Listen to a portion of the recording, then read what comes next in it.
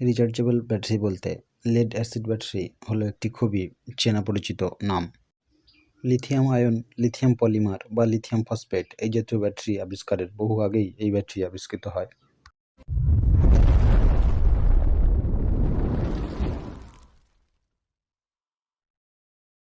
নমস্কার বন্ধুরা, take B2 চ্যানেলের আরেকটি নতুন ভিডিওতে আপনাদেরকে স্বাগত জানাই।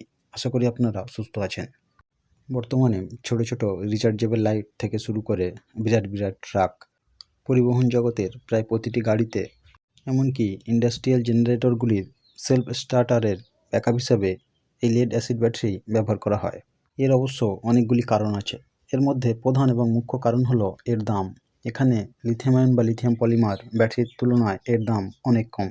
এছাড়া এটি বিভিন্ন মাপের বা বিভিন্ন সাইজের তৈরি করা সম্ভব, যা লিথিয়াম আয়ন ব্যাটারির ক্ষেত্রে প্রায় অসম্ভব বললেই চলে। এই সমস্ত কারণের জন্য লেড অ্যাসিড ব্যাটারির বহুল ব্যবহার আজও চোখে পড়ে।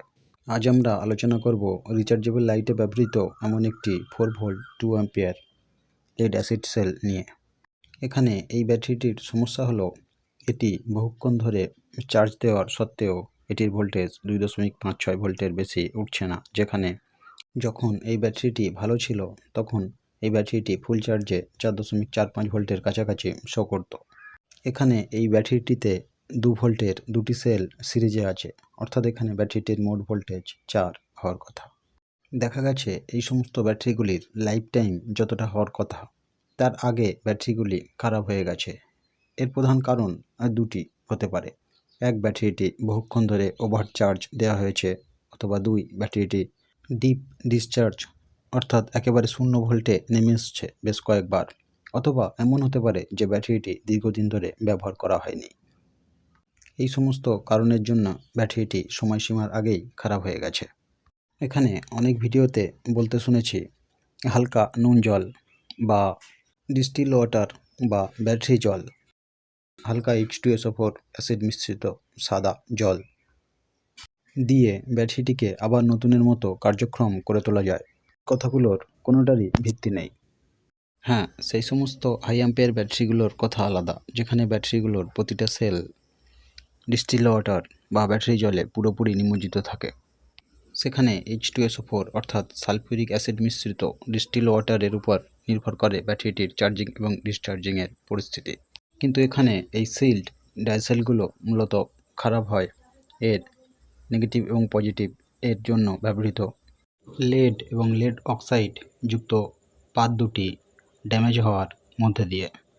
এখানে অনবরত পাত দুটি ক্ষয়প্রাপ্ত হয়ে দুটি পাতের মাঝখানে থাকা সেপারেটরের উপর একটা আস্তরণের সৃষ্টি করে, যার ফলে এই আস্তরণ ভেদ করে ইলেকট্রনের যাতায়াতে বাধাপ্রাপ্ত হয় এবং পুরো ব্যাটারিটি এইভাবে খারাপ হয়ে যায়।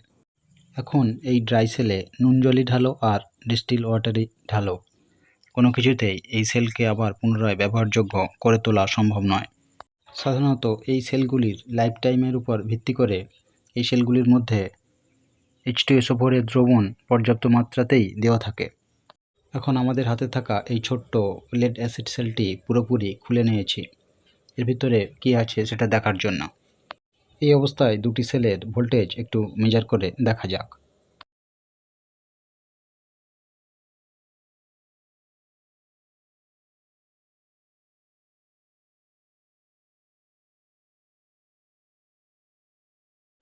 এখানে দেখা যাচ্ছে একটি সেলের ভোল্টেজ 0.8 ভোল্টের কাছাকাছি এবং আরেকটির ভোল্টেজ 1.5 ভোল্টের কাছাকাছি। এখন এই খোলা অবস্থায় কম চার্জযুক্ত সেলটিকে একবার বাইরে থেকে চার্জ করে আবার ভোল্টেজ মেপে দেখব।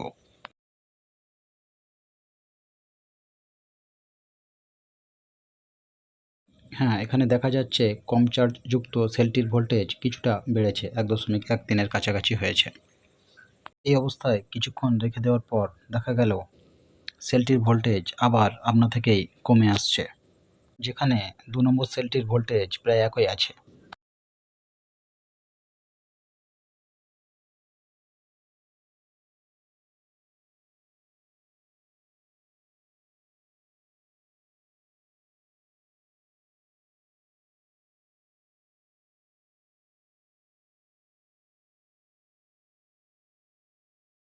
ব্যাটারির মধ্যে প্রতিনিয়ত চলা রাসায়নিক বিক্রিয়ার ফলে এখানে অ্যানোড ও ক্যাথোড তড়িৎদ্বার দুটি অনেকটাই ক্ষয়প্রাপ্ত হয়েছে, সেটা বোঝা যায় এই সেপারেটর দিকে লক্ষ্য করলেই।